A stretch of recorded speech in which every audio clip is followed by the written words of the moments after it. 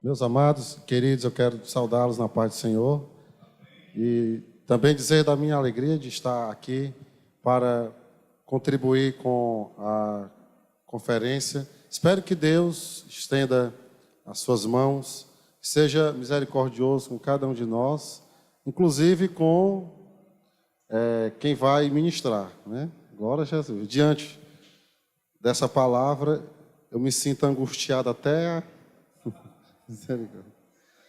Ainda bem que eu entendo que Deus, ele é ao mesmo tempo revelado e escondido.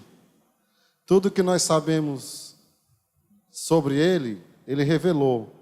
Só que a palavra de Deus, embora ela seja suficiente, ela não revelou tudo. Então Deus continua sendo um mistério. Os reformadores disseram que quando o sujeito humano cair na presunção de achar que tem todas as respostas, Deus muda as perguntas, porque Ele é Deus, né? Então eu estudo com muita humildade, sabendo que estamos diante do mistério, que ao mesmo tempo é revelado e escondido. Amém? Estou falando isso só para a gente iniciar aqui a nossa reflexão. Mas é um prazer imenso estar aqui com os irmãos e vamos meditar aqui um pouco na palavra. Eu fui orientado que nós vamos até meia-noite hoje, amém? Glória a Jesus, que bênção, né? Não tem ninguém atribulado aí com a paranoia do tempo, né? Porque depois da Revolução Industrial, nosso conceito de tempo foi profundamente modificado, né? Eu quero agradecer a Deus e pastor Samuel por ter cedido aqui o espaço, o púlpito da sua igreja, para que eu pudesse vir aqui ministrar a palavra. E todos os irmãos que me acolheram, muito bem, que Deus realmente recompense a todos. Amém? Meus amados, eu quero ler aqui um texto da palavra. Eu sei que o nosso desafio é compreender missões, mas antes de nós falarmos sobre a missão, se faz necessário pensarmos também os desafios que enfrentamos. Ou seja, é preciso levar em consideração, na nossa análise missiológica, o contexto em que a igreja está inserida. Porque se a mensagem da igreja, se a evangelização não for contextualizada com a realidade, o discurso ficará ininteligível.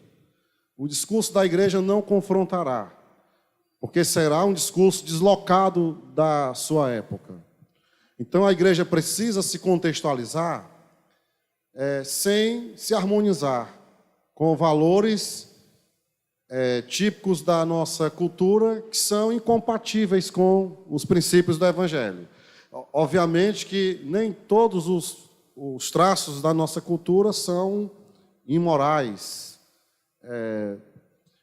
Porém, é preciso levar em consideração que a igreja ela tem uma mensagem, ela é portadora de uma boa nova. Não é uma ideologia, não é uma proposta religiosa.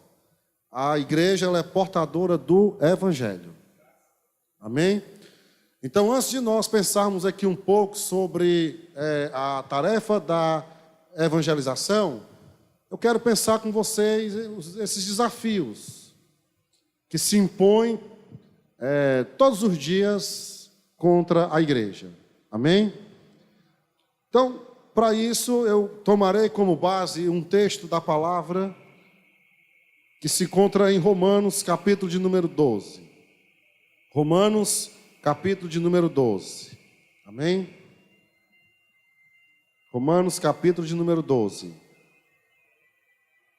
Glória a Deus. Assim que eu cheguei, eu fui presenteado com a camisa. Quando eu vesti a camisa, eu me senti supra gordo, né? mas era a camisa que estava grande demais.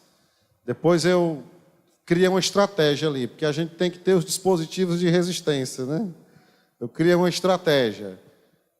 Coloquei a camisa preta, né, aqui, e aqui eu vim por cima. E fiquei com duas camisas, né?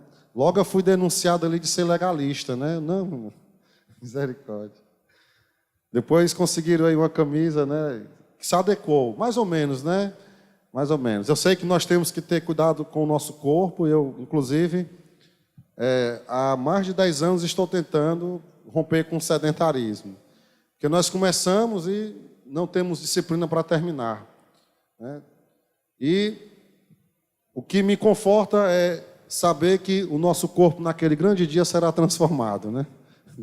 Isso é bênção, né, meu irmão? É uma esperança para quem não tem um mínimo de disciplina com os cuidados com o corpo. Só brincando, viu, irmãos? A gente precisa ter cuidado. Eu estou tentando. Romanos, capítulo de número 12. Amém? Romanos, capítulo 12, versículo 2. Romanos 12, 2. Nós vamos até que horas aqui, irmãos? Só para mim, eu não perguntei antes, mas até que horas, irmã Cleide? Me diga aí, porque eu quero seguir exatamente o... Certo, depois vamos lá. Digo assim porque eu não me informei antes, é bom que a gente fique...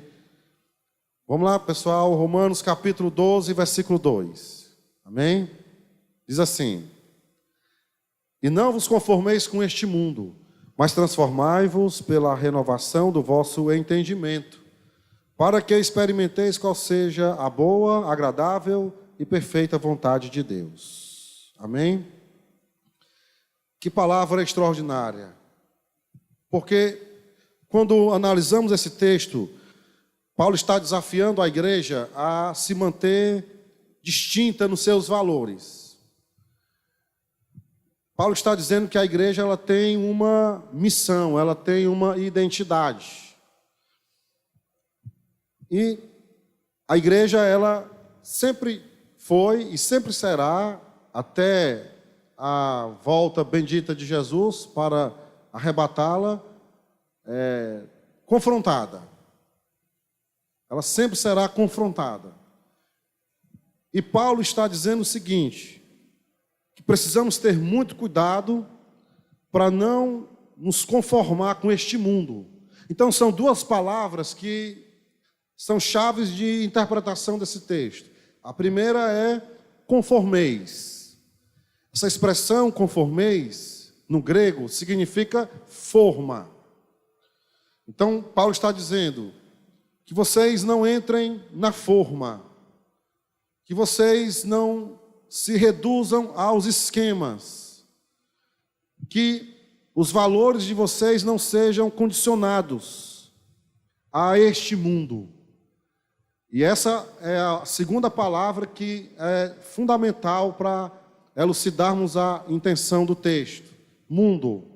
Porque existem pelo menos 6 palavras gregas para que possamos entender, dependendo do contexto, a palavra mundo. Por exemplo, Deus amou o mundo. O sentido aí é humanidade. Deus criou o mundo. Esse outro sentido diz respeito à boa ordem natural das coisas. O mundo jaz do maligno. Tem um sentido que tem relação com a aplicação desse texto aqui no capítulo 12. Então, o mundo aqui é um sistema de valores radicalmente oposto a Deus. Então, quando Paulo diz assim, não vos conformeis com este mundo, o que ele está dizendo é que todos nós temos valores inegociáveis. Os nossos valores não podem ser modelados, configurados a partir dos valores que são incompatíveis com o divino, com o sagrado. Isso é mundo. Mundo é um sistema de valores radicalmente oposto a Deus, inclusive esses valores podem ser regidos por Satanás. Então, esse é o desafio da igreja. Precisamos ir vivendo a vida, precisamos estar sensíveis para que o nosso horizonte pessoal não seja delineado pela forma do nosso tempo, para que o nosso estilo de vida não seja determinado pelo estilo de vida da cultura que está aí. Esse é o desafio, porque se nós pretendemos transformar, não vos conformeis com estes valores, não permitam ser modelados por ele, mas transformai-vos pela renovação da vossa mente, para que experimenteis a vontade de Deus, ela é boa e agradável. Se o desafio é esse, então precisamos rever alguns conceitos. Precisamos ser cônscios de alguns valores, de alguns esquemas da nossa época, de alguns princípios da nossa sociedade, que nos desafia. Porque ou transformamos, ou seremos modelados pelo espírito desta época. Ou seremos diferentes do ponto de vista espiritual, ético e moral, ou estabeleceremos uma relação de conveniência. Ou pregamos, ou proclamamos uma presença silenciosa. Ou confrontamos, ou se adequamos. Então não estou falando é para além de questões estéticas, não é legalismo. Quando eu digo que o crente tem que ser diferente, a diferença tem que estar para além da questão estética. Eu estou falando de valores, estou falando de visão de mundo, estou falando do nosso horizonte pessoal, a maneira como enxergamos a vida, os princípios que utilizamos como critérios para tomar as nossas decisões. Então, para que possamos impactar o mundo, para que possamos ser diferentes, é preciso entender de que maneira essa forma está sendo montada, de que maneira esta forma está sendo utilizada como uma estratégia para lhe colher, lhe condicionar. Então, se nós quisermos evangelizar, precisamos analisar essa forma. Qual é a forma que está nos ameaçando? De que maneira a nossa cultura resiste aos apelos do Evangelho? Quando eu falo da cultura, e aí seria um seminário, uma conferência para falar de cultura. Mas deixa eu tentar aqui, minimamente, pontuar algumas questões interessantes. Há alguns pensadores que definem a nossa cultura como uma cultura pós-moderna. Há quem diga que os valores da modernidade já ficaram fadados ao fracasso e outros já fracassaram. Quando nós pensamos em modernidade, nós estamos falando daquele período entre o século XVI até ali depois dos eventos da Primeira e da Segunda Guerra Mundial. Porque o mundo, ele basicamente se sustentava em algumas premissas que eram fundamentais. Por exemplo, no mundo moderno, os cientistas, os intelectuais diziam que a verdade estava centrada na razão humana. Vocês lembram que o mundo moderno surgiu como uma contestação do período medieval. Só estou falando dessas coisas porque nós estamos na conferência, certo? Então, veja, os sujeitos intelectuais que contestaram os paradigmas do mundo medieval diziam o seguinte: a verdade não pode estar centrada na religião, a verdade está na razão humana. Eles passaram a ensinar que a verdade era o subproduto da mente. Então, o sujeito humano que viveu na modernidade dispensou o auxílio de Deus, as interferências de Deus. Quem lembra do iluminismo aqui, sabe disso. A mente humana foi iluminada. Ou seja, o sujeito se tornou autônomo. Daí nós temos o antropocentrismo. O homem passou a ser o centro, passou a ser a medida de todas as coisas. Como se não bastasse, a ciência que antes era mais de observar e de especular, no período moderno passou a provar. E a ciência, nesse sentido, adotou um método que nós chamamos até hoje de método experimental. E agora, com o método experimental da ciência, com a razão como o parâmetro para determinar, para aferir o que é verdade e o que é mentira, com o capitalismo, porque vocês lembram que na Idade Média a base da economia era pautada no feudalismo. Agora o sujeito humano vive uma nova ordem, o capitalismo, que começou com os mercadores, o capitalismo comercial, depois o industrial, e esses valores passaram a determinar que o ter era muito mais importante do que o ser. Enfim, então veja, a conclusão dos sujeitos foi que a religião havia sido enterrada. Foi onde nasceu os maiores ateístas da história. Por exemplo, Nietzsche chegou à conclusão de que Deus estava morto. Karl Marx também criticou a religião, dizendo que ela seria o ópio da sociedade. Feuerbach, na Alemanha, passou a criticar ferrenhamente o cristianismo. Ele escreveu um livro chamado A Essência do Cristianismo, em que ele dizia que o cristianismo é o homem elevado a ele mesmo. O cristianismo, o evangelho, não tem nenhum fundamento metafísico, nenhum fundamento transcendente. O cristianismo foi uma invenção do ser humano. Então veja, o projeto moderno que pautou a verdade na razão humana, que colocou o homem no centro e removeu Deus, e que agora tem como fundamento metodológico a ciência e o capitalismo, fez com que o mundo caísse na ilusão de que estava vivendo um progresso. Qual é a frase que está na bandeira brasileira? Ordem e progresso. Essa frase foi criada pelos positivistas, que na época dizia o seguinte, especialmente o Comte, Augusto Comte.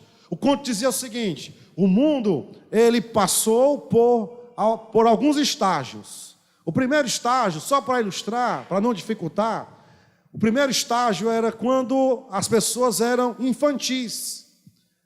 Quando o mundo era infantil? Quando acreditava na teologia para explicar a realidade. Mas o sujeito humano se tornou adolescente e passou a criticar a religião. Essa crítica deu uma certa autonomia. Mas o homem só se tornou adulto depois que ele se emancipou da religião. Depois que ele entendeu que ele podia ser sujeito, protagonista da sua própria história. Então o sujeito se tornou adulto. Então o mundo caminha em uma certa ordem, visando um progresso. Então quem criou essa frase que está na bandeira brasileira foram os positivistas. Então o que é regredir? Regredir é voltar à equivocada ideia de que Deus, embora seja transcendente, ainda interfere nos negócios humanos. Então essa ideia de admitir Deus como um princípio absoluto, que serve para orientar a vida das pessoas na terra, é coisa de gente infantil. É coisa de pessoas que perderam o bom senso. Então o que esse sujeito que perdeu o bom senso precisa? Ele precisa da ciência. Ele precisa da razão. Ele não precisa acreditar que Deus está interessado no universo. Foi aí onde surgiram várias teorias. Uma delas é o deísmo. Vocês sabem o que é o deísmo, né? A crença de que Deus criou o mundo com leis próprias. E nesse sentido, o mundo não precisa mais de Deus. Ele caminha a partir dessas leis. Ou seja, Deus abandonou o universo, é como um relógio a corda, como dizia as antigas ilustrações. Então você puxa a corda, o relógio passa a funcionar automaticamente. Assim foi Deus, Ele criou o universo e o abandonou, e o universo caminha à luz das suas leis próprias. Então veja, olha a visão de mundo dos modernos. Ele já tem a ciência a seu dispor, ele tem a razão, é só consultá-la, não precisa mais do auxílio da religião. Ele tem o capitalismo, que estabeleceu uma nova ordem econômica. Enfim, o mundo está progredindo. Deus está morto. A religião será enterrada. Foi nesse ambiente que nasceu o liberalismo teológico. Que o liberalismo teológico foi um método influenciado pelos iluministas racionalistas, em que a Bíblia passou a ser estudada para ser criticada. As fontes da Bíblia foram criticadas e as formas da Bíblia também. E os críticos da Bíblia, liberais, passaram a dizer que a Bíblia não era inspirada. Ela não era mais a palavra de Deus. Ela tinha vários mitos, era sincrética, ela precisava ser despida dessa linguagem religiosa para que o sujeito captasse minimamente quais eram as intenções da Bíblia. Então a Bíblia, ela foi concebida como um livro qualquer, um livro que registrava somente as experiências religiosas de homens da antiguidade. Então ela se tornou um livro qualquer. Na Alemanha, as igrejas se esvaziaram. Na Europa, até hoje, na Europa, a experiência religiosa lá é problemática, porque culturalmente as pessoas perderam o encanto. Claro que temos as exceções. Então esse é o projeto moderno. Mas de repente algo aconteceu que lançou mais uma vez o sujeito humano num abismo. A Primeira e a Segunda Guerra Mundial. Então veja, o capitalismo gerou uma concorrência desenfreada, um imperialismo que provocou a Primeira e a Segunda Guerra Mundial. A ciência está sendo desbancada agora com outro paradigma, a física quântica. Se você pudesse voltar lá atrás e perguntar a um homem medieval, qual é o centro do universo? O que ele ia dizer? O centro do universo é a Terra. Na modernidade, se você perguntasse, qual é o centro do universo? O sujeito moderno ia dizer, o centro do universo é o Sol. E atualmente, se nós perguntarmos à comunidade científica, o que é o centro do universo? A física quântica já está dizendo, não existe mais centro. Por que não existe mais centro? Porque o universo é tão grande que 95% dele não foi explorado. Então não dá para determinar um ponto sobre o qual a gente possa delimitar os limites. Não tem mais limite, não tem mais ponto. É a sociedade pós-moderna. É a sociedade que viu o fracasso dos ideais modernos. E esse agora é o nosso contexto, é a nossa realidade. Hoje vivemos em uma cultura pós-moderna. E o que seria a pós-modernidade? Se você pensar, por exemplo, em verdade, se eu disser a Bíblia é a verdade, o que as pessoas vão dizer? Para você, para mim não. O que é verdade? Verdade é uma concepção individualista. Verdade foi reduzida ao ponto de vista pessoal e às preferências particulares. É o que nós chamamos de relativismo. Cada pessoa tem a sua própria verdade. Depende do seu ponto de vista. O que é que a Bíblia significa nesse contexto? Só mais uma expressão da verdade, que é multifacetada, que é pluralista. Vivemos num mundo pluralista. A palavra pluralismo é a junção de dois termos, plural, diversidade de princípios, mais ismo, sistema qualquer. Então, cada um tem a sua própria verdade. Então, estamos vivendo num ambiente extremamente complexo para evangelizar. Como se não bastasse, temos o relativismo e temos também o secularismo. Outro problema seríssimo. O que é o secularismo? Tem pessoas que confundem o secularismo com o materialismo. Secularismo é diferente do materialismo. O secularismo é quando você decide dar os rumos da sua vida. É quando você persiste em ser o regente do seu próprio universo. O que é o secularismo? É a admissão de que Deus não é mais relevante para interferir na sua vida cotidiana. O que é o secularismo? É saber que Deus existe. Porque veja, se eu disse que na modernidade surgiram os ateus, que acreditavam que Deus não existia, e eles tentavam provar isso teoricamente, hoje em dia as pessoas, especialmente religiosas, elas sabem que Deus existe, elas frequentam os templos, elas são até engajadas, são assíduas, são confessionalmente crentes evangélicas, só que a vida prática, no dia a dia, essa pessoa vive como se Deus não existisse. Então veja um problema. Eu sei que Deus existe, mas vivo como se Ele não existisse. Porque na vida prática, a gente vai vivendo a vida sem levar em consideração a vontade de Deus. Isso é o secularismo. Então as pessoas não estão preocupadas se Deus é ou não uma pessoa. Deus pode ser uma energia. Se eu chegar para um hindu e perguntar qual é o seu conceito de Deus, ele vai dizer: Deus é uma energia cósmica. Deus é uma figuração do universo. Uma vez eu fiz um teste com um grupo de crianças. Qual é o seu conceito de Deus? E pré-adolescentes.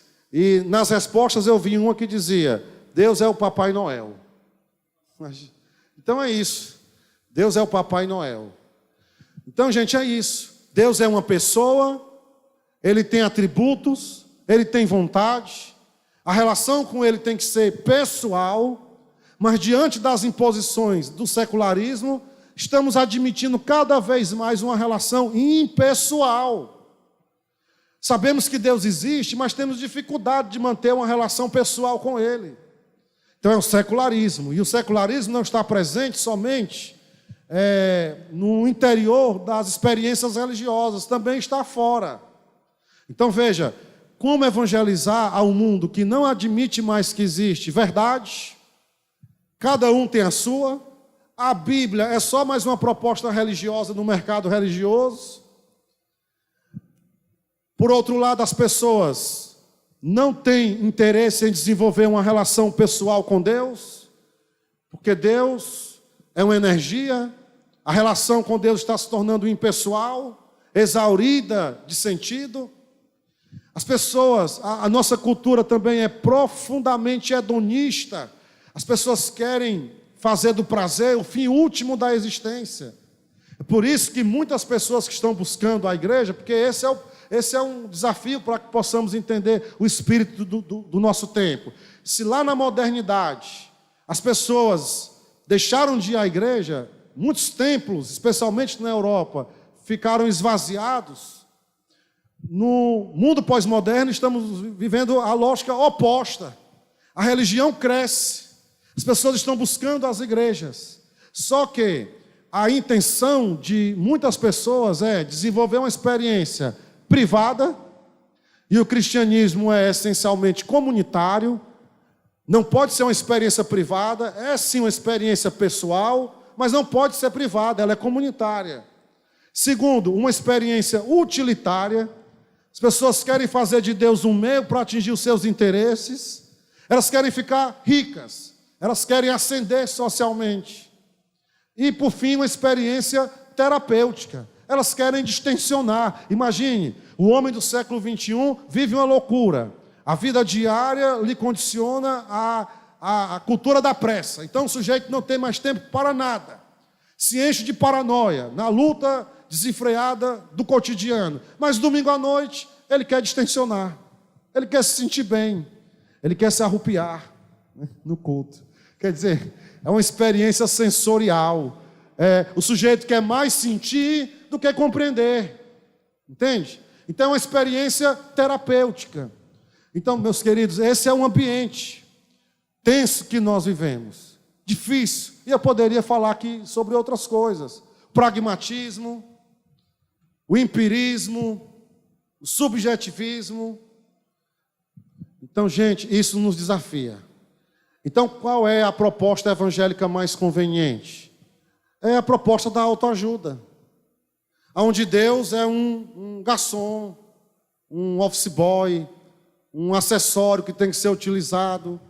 Deus, a experiência que, a mensagem do Evangelho que mais cativa é a mensagem utilitária, é o paliativo, onde as pessoas estão aderindo, mas não estão se convertendo. Então, esse é o desafio. Então, o que é que Paulo está nos dizendo? Não vos conformeis. Não deixem que a forma do mundo modele o jeito de vocês ser. Não permita que os esquemas deste século sejam os parâmetros de vocês. Não permitam ser modelados por esses esquemas. É preciso experimentar a transformação.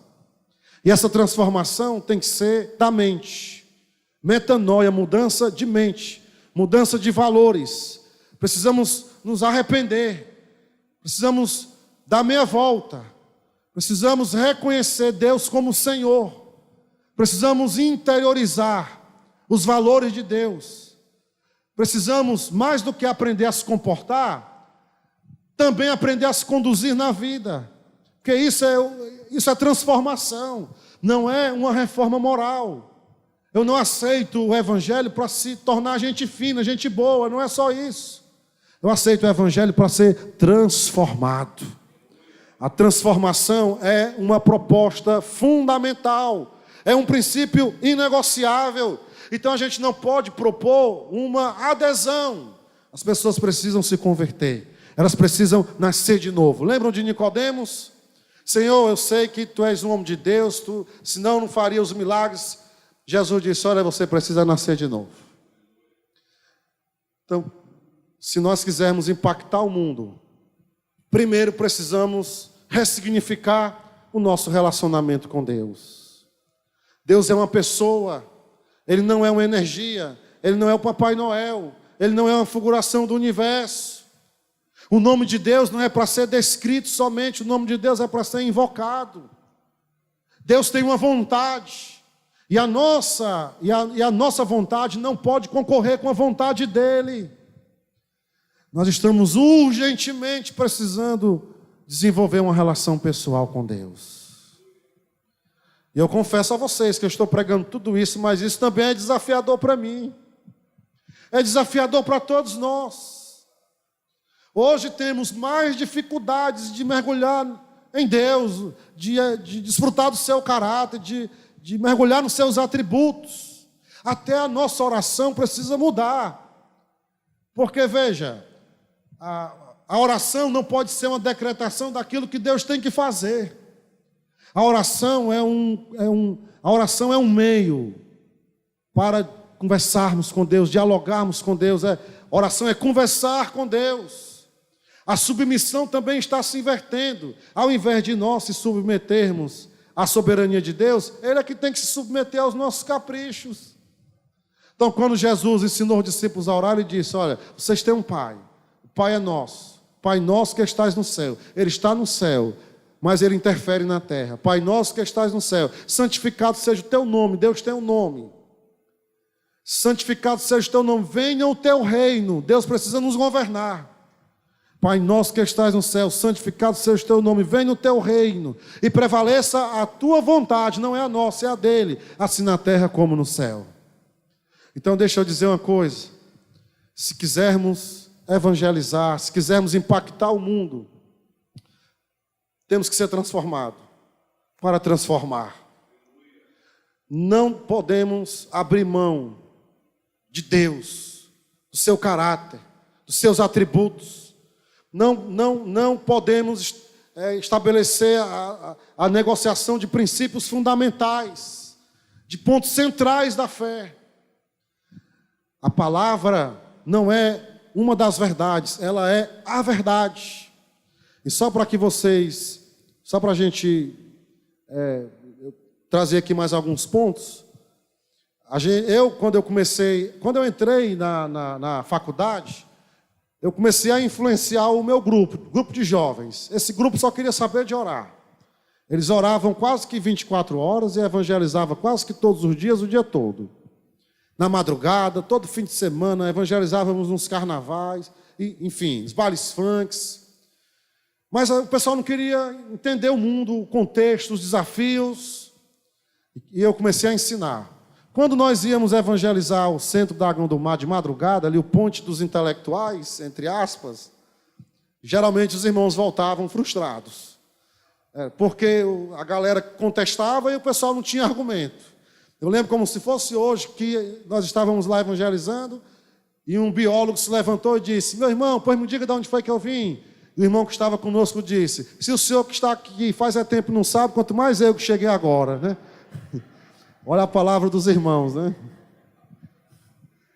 Então era assim, os irmãos não tinham argumento. O outro líder foi pregar, se levantou lá um hippie e disse: olha, o cristianismo assim, e começou a tecer histórias, e a Madre Teresa de Calcutá, e onde esse povo foi para onde depois que morreu, o irmão? Eu lá quero saber, foi tudo para o inferno.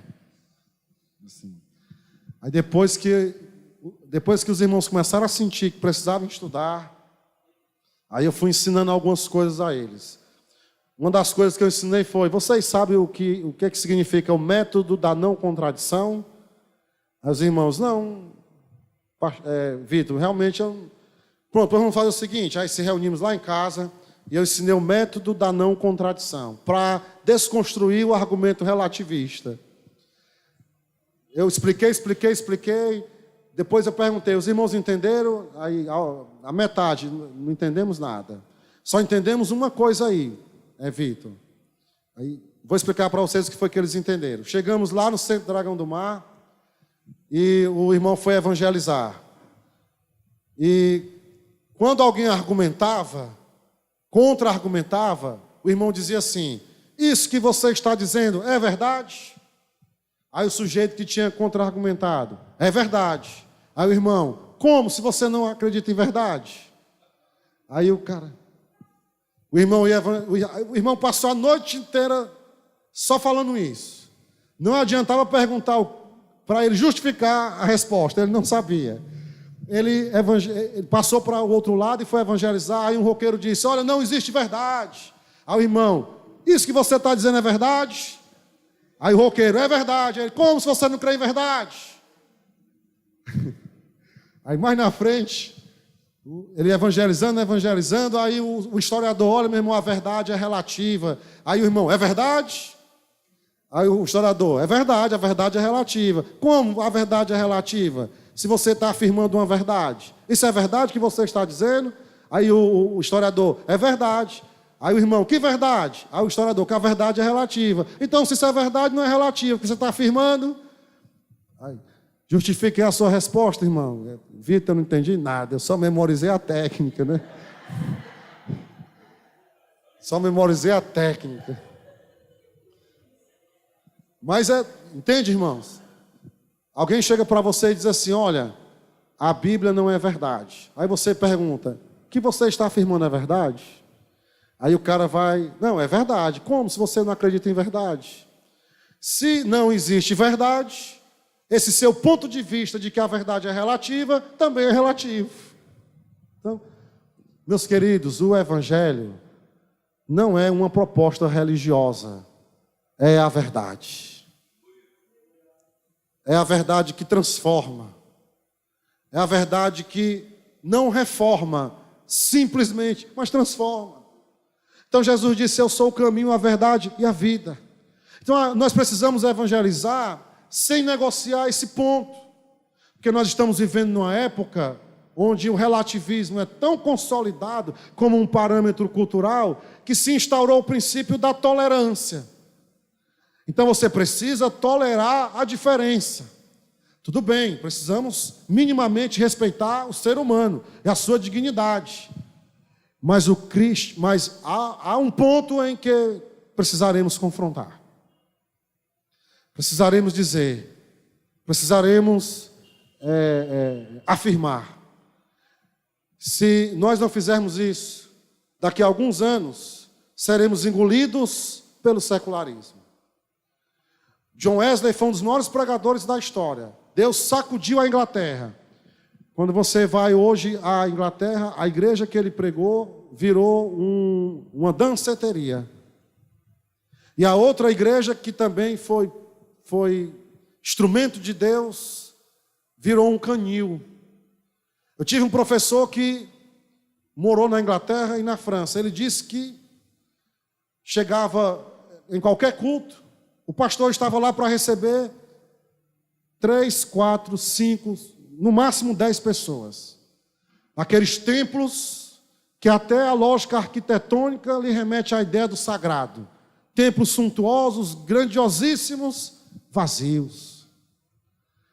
A relação com Deus se tornou árida, vazia, impessoal. As pessoas, os templos ficaram vazios.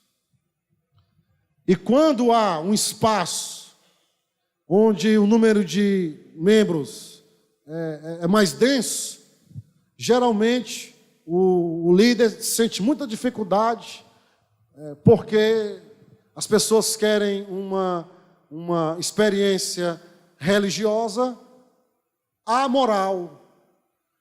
Ou seja, o sujeito quer simplesmente estar inserido, porque o que motiva ele é o elemento estético. O que motiva ele são os apelos sensoriais, emocionais. Ou seja, a dimensão moral do cristianismo está tão relativizada que existem igrejas que já têm fumógrafos. Imagine, você entra lá no fumógrafo, fuma um cachimbo ou um charuto e volta para o culto para glorificar a Deus. Já existe culturas religiosas que o sexo antes do casamento já não é mais nenhum paradigma. Porque o que importa é ser feliz. Se não deu certo, volta a ser jovem, fica lá no conjunto e maravilha. Estou falando da questão moral, que é um detalhe. Mas existem outras questões que acabam provocando uma série de implicações para a mensagem do Evangelho. Então, deixa eu dizer, o Evangelho é a verdade. É a verdade. Embora, digamos, assim disse Calvino, assim disse Armínio, assim disse John Wesley, mas assim diz o Senhor, é irrevogável. A palavra de Deus, ela é inspirada, ela é plenamente e verbalmente inspirada. É a autorrevelação de Deus. É as intenções de Deus registradas. Então, é a verdade. Não podemos abrir mão desse princípio. Amém? Tem outras coisas para falar, mas não dá mais tempo, né? Eu quero só destacar um ponto aqui para me encerrar, tá certo? Só um pontinho aqui. Mas eu não vou demorar. Então, precisamos ser transformados. Não vos conformeis com esses, não se adequem a esses valores do século. Tenham uma mente transformada para que vocês possam compreender a vontade de Deus. Para que a vontade de Deus não seja incompatível com o estilo de vida de vocês. Então é preciso ter uma mente transformada. Então veja, de que maneira eu vou impactar o mundo? Sendo transformado. Então deixa eu só dizer uma coisa. Quando eu falo de transformação, eu estou falando de autoridade.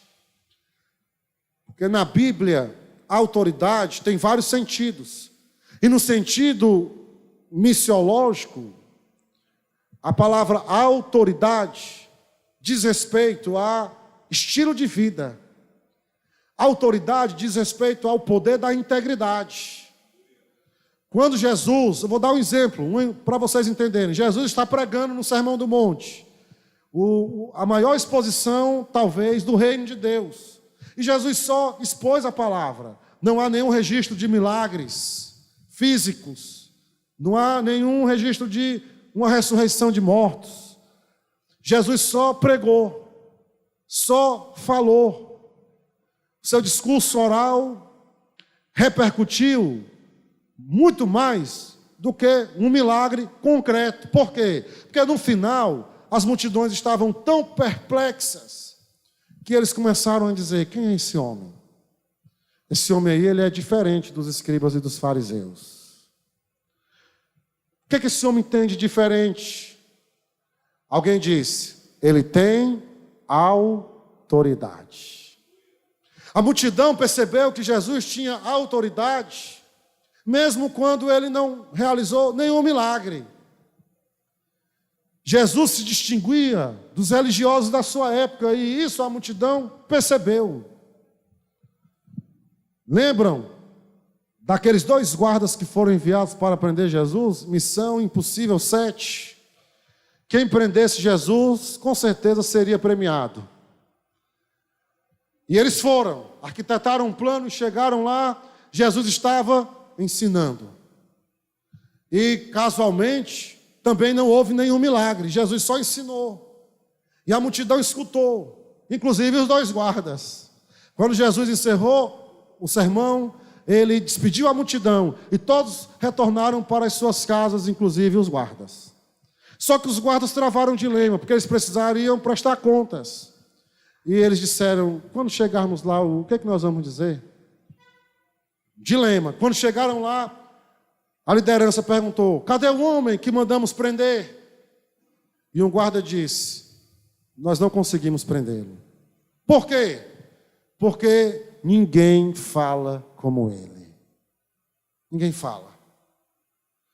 E no grego é assim: as palavras que saíam da boca dele tinham tanta correspondência com o sentido da vida, que o nosso plano foi desmantelado. Não deu para prendê-lo. Então, o que é evangelizar? O que é impactar a comunidade? É pregar, se possível, com palavras. Porque a maior pregação não é essa, dessa noite.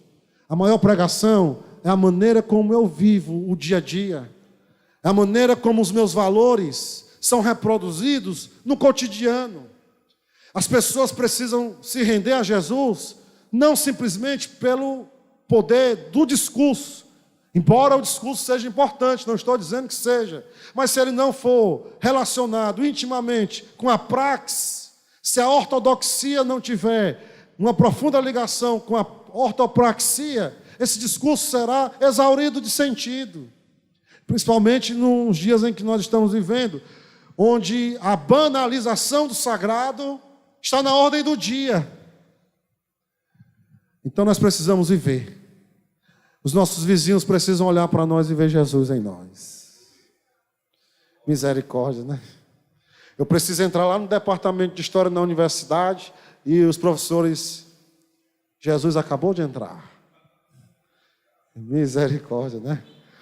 Ainda bem que essa semana eu ouvi uma palavra lá na escola que eu trabalho que me deixou até pensativo. Os professores têm um grupo e disseram: vamos colocar o Vitor. Aí um grupo de professores: não vamos colocar o Vitor não, porque ele é muito puro. Ora Jesus, né? Que bênção, meu irmão. Em tempo de banalização, alguém ainda encontrar pureza em mim, é só a graça de Deus, né? As professoras: não, ele é muito puro. Que bênção. Eu tenho certeza, meus queridos, que eu posso chegar para qualquer professor e falar de Jesus. Posso falar.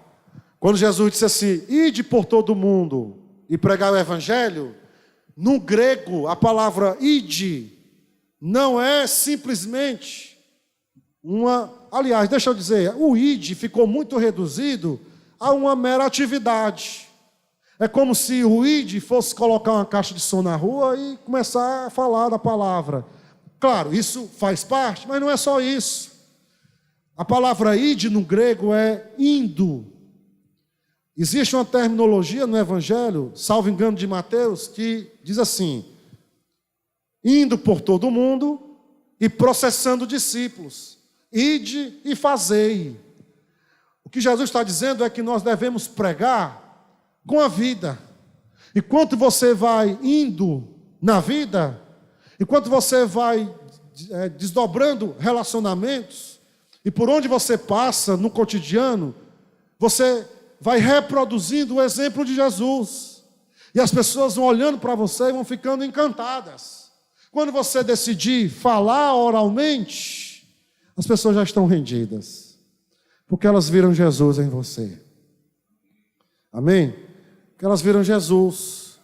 Então, o indo não tem muito a ver com um mero ativismo evangelístico, ou mera atividade evangelística. Um programa, isso é importante, mas o id tem a ver com o nosso estilo de vida.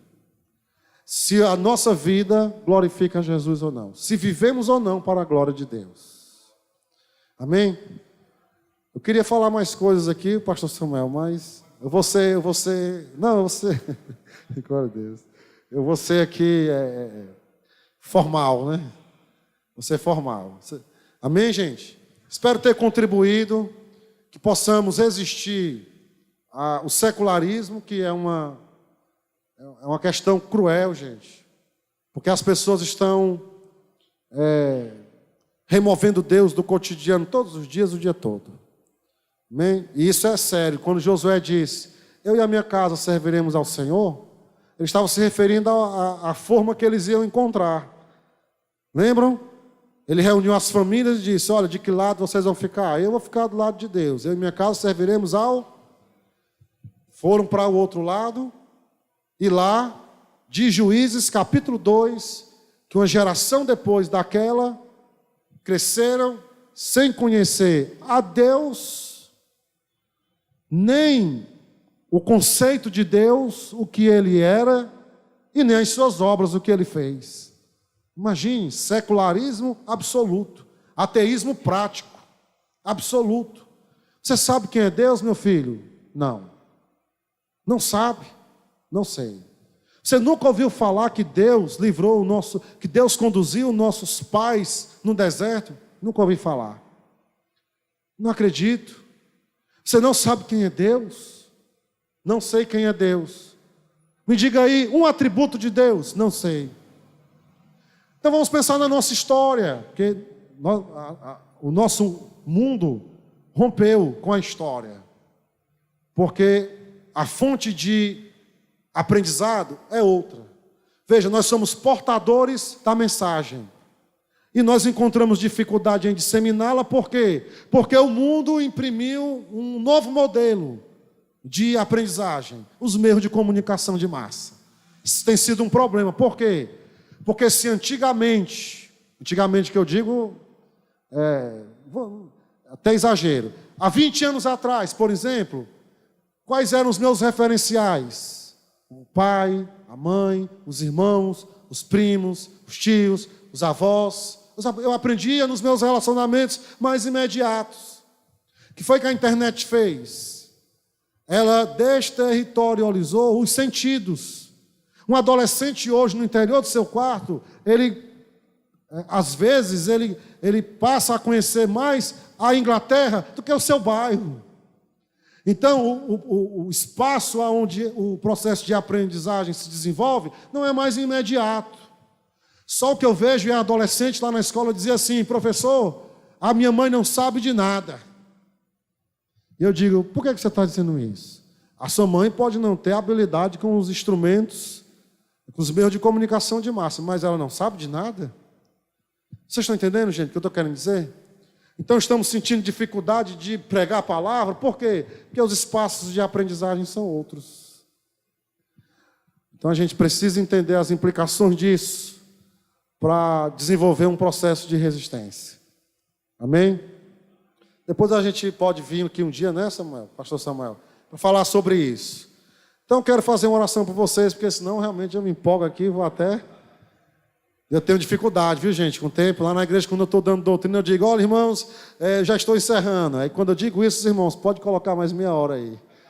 Aí agora eu estou me disciplinando, né? Eu só digo, já estou me conduzindo para o final, quando eu vejo que já está próximo mesmo. Amém? Vamos fazer uma oração? Onde você estiver, e curve a sua cabeça. Amém? Glória a Deus. Senhor, nos ajuda, Senhor, a ser portadores da Tua palavra. Ó Deus, a Tua palavra é poder de Deus para a salvação. Glória a Deus, aleluia. Ó Deus, estamos diante de um grande desafio. Fomos convocados por Ti para ser dispenseiros para cuidar da administração da tua casa. E casa aí no sentido de mundo, cosmo. O Senhor nos deu a prerrogativa de administrar o cosmo. E a tua palavra é fundamental. Ela é lâmpada para os nossos pés e luz para os nossos caminhos. Ó Deus, que possamos fazer frente ao relativismo que está afirmando que não existe mais verdade. A palavra de Deus, ela é objetiva. Ó Deus, a palavra de Deus é absoluta. Deus, por mais que o mundo imponha, precisamos tolerar a diferença. Sim, Senhor, precisamos respeitar a dignidade humana, mas a tua palavra não pode se harmonizar. Ela é incompatível. Jesus disse: olha, não fiquem atormentados se o mundo passar a odiar vocês. Antes me odiaram. Existe uma diferença radical entre os valores da cultura consumista, utilitária, onde até o conceito de felicidade tem a ver com o poder de compra. É uma sociedade que não sabe mais discernir entre desejo e necessidade. E as pessoas estão achando também que na igreja elas devem ser tratadas como clientes. Ó Deus, tem misericórdia. Que possamos pregar a tua palavra, mas a tua palavra genuína e verdadeira, para a glória do teu nome. E que isso seja fortalecido, legitimado com a vida.